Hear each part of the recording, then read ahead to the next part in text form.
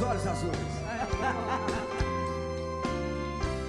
Quando acordei pela manhã, senti o perfume que há muito tempo não sentia. Olhei depressa ao meu redor e apalpei em seu lugar, em nossa cama tão vazia. Eu que cheguei de um sono bom, chorei ao ver tudo acabado, tanto amor, tanta doçura. Mas o perfume era real, que acreditei estar ali, tua presença de ternura. E de repente vi você sair com a toalha no seu corpo e se agarrar em mim, como nos velhos tempos de amor tão loucos.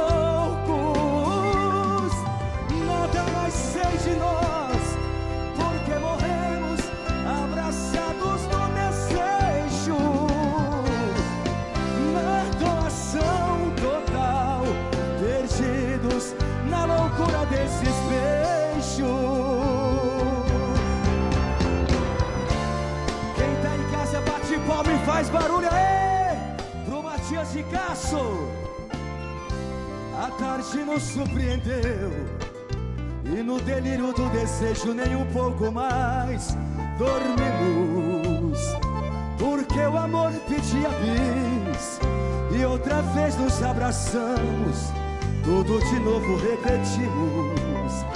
E nesse fogo da paixão vivemos 24 horas sem sair de nossa alcova.